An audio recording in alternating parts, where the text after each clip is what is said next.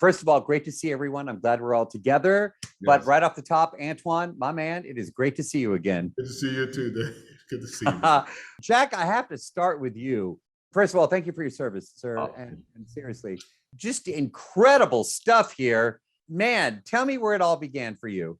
Yeah, it starts growing up with a mom who's a librarian and surrounded by books and a love of reading from a very early age, and then also knowing that I wanted to serve my country in the military, specifically as a SEAL. And when I was 7 years old, I found out what SEALs were, and I was on that path. My mom being a librarian, we'd go down and do research at the library, but back in the early 80s, there's only so much you can read about SEALs, special operations in particular. You can get to the end of that stuff in about an hour and a half. Back in 1982, 83, 84, 85. And so I started reading these books, and I knew that one day after my time in the military, I'd write those kind of thrillers. So I was always on that path. My whole life, I'm studying warfare, insurgencies, terrorism, counterinsurgency. So I have that academic study of warfare, then the practical application of warfare in Iraq and Afghanistan. And then I've watched the shows and the movies that are adapted from the different books that I enjoyed reading growing up. So I essentially just built upon a foundation from a very early age, and it all came together at the right time and place as I was getting out of the military to write the terminal list.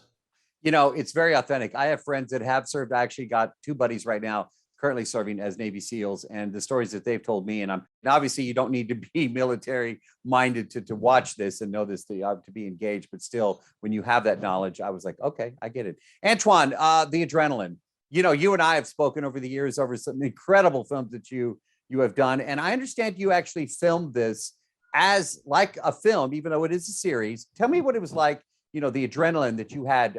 So talk to me. Yeah, well, first of all, brother, thank you for acknowledging Jack's service. That means a lot. Thank you for doing that. Thank you. There's nothing that gets me more excited than, you know, doing a story like this. When I read Jack's book, the energy just kind of hit me, and I can't see it any other way. I never thought about it as TV in the traditional sense. It was just a movie, you know, one long movie. And that's what me and Chris talked about when we first discussed it. It's just making one long movie. And then when we started talking to Dave, and Dave started pitching ideas and thoughts about it, and then we talked to Jack, and Jack was on board with the thoughts and ideas. The worst part about it is that it had to end. Yeah. You know, we had to stop at some point. We were trying to do 10. You know? Let's keep going. But, you know, so yeah, man, I loved it, man. It's nothing. And I was surrounded by SEALs, and like you said, you have friends. So there's an energy and just a brotherhood with those guys that you can't get anywhere else.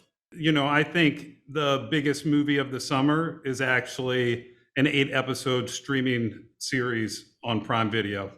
It's awesome. Called The Terminal List. Bam.